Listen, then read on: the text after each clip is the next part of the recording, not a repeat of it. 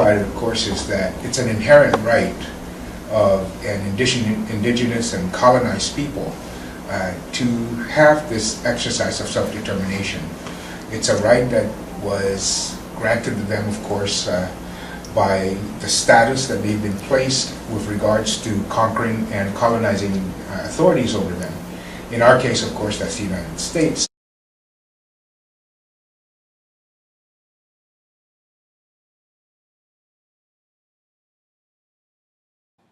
In my view, the democratic process to vote belongs to all of us. There are two different though related issues: Guam decolonization and Chamorro self-determination. Chamorro self-determination should properly be exercised by those who identify themselves as Chamorros. Although there are conflicting views of what exactly constitutes as a Chamorro, unfortunately, some Chamorro activists believe that the two issues are the same issue, which result in government-sanctified racial discrimination.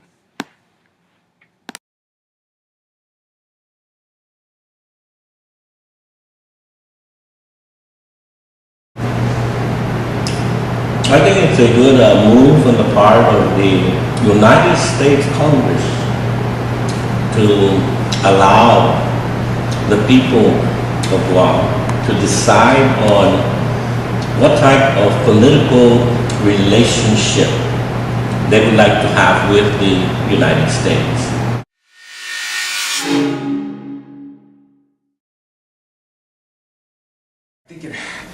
I think it's being mischaracterized. I think it's the international convention. It doesn't say Chamorro only. It says the native inhabitants of Guam, that is defined by those international law and international convention.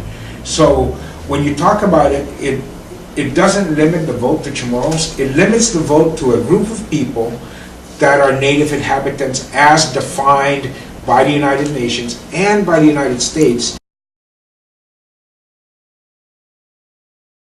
Self-determination are identified as native inhabitants. However, Guam law defines Chamorros and native inhabitants differently.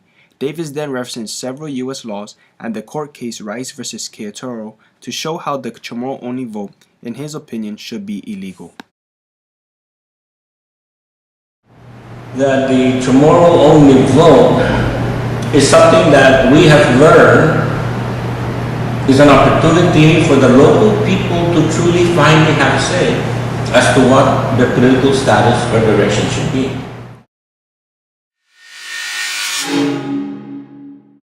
I believe they should have a right. I support giving them that right as well. Regardless of my views, the law is clear. Only registered Guam voters may vote on any local issue. In the 2000 census, 92,000 people identified themselves as Chamorros. Theoretically, if they return and reside briefly in Guam to establish residency, sign up on the decolonization registry, then they should be able to vote. If they're Chamorros and they still retain their voting district in Guam and they qualify under the conditions of the Chamorro registry, they should be able to vote.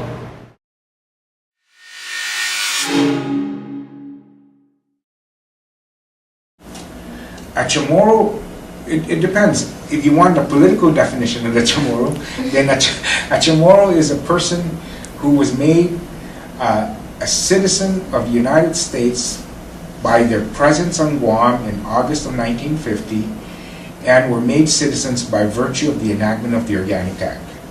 That's the political definition. The Guam Public Law 25-106 defines a Chamorro as inhabitants of Guam on April 11, 1899 and their descendants. The native inhabitants designation is tied directly to acquisition of U.S. citizenship to passage of the Organic Act of Guam on August 1, 1950. A possibly interesting side issue is it's possible many who believe themselves to be legally Chamorro are actually not. The determination of who or is not legally a Chamorro can be a confusing and frustrating exercise. Though how much significance should be attached to it is arguable, in any case it requires a full understanding of Guam law and the Organic Act. Chamorro is a person who grows up, lives on Guam and carries through the customs of the people. And should they want to call themselves Chamorro, that's fine with me.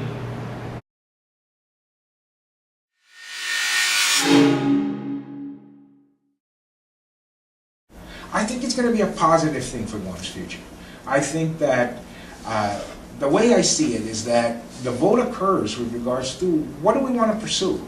You know, which status do we want to pursue as a people with a destiny that can only be determined by an exercise on the vote of self-determination. Some insist that a Chamorro only vote on Guam's political status is meaningless. It is non-binding and does nothing other than express desires of Chamorros. I take an opposing view. It could have a profound effect on Guam and its relationship with the U.S. federal government. It provides three alternatives: independence, free association, and integration to be viewed as a statehood. Some insist that a Chamorro-only preference is the only permissible avenue to decolonization. I believe it's unlikely the government-sponsored and supported restrictive voting scheme can happen or be viewed as a legitimate decolonization choice of Guamanians. Regardless of such a vote, it will violate the voting and civil rights of every non-Chamorro U.S. resident on Guam. To the law, I think it's an opportunity for what the legislators who voted for that law are trying to say. Let us afford those who came before us an opportunity to have their children have a say on which political direction they want with the United States.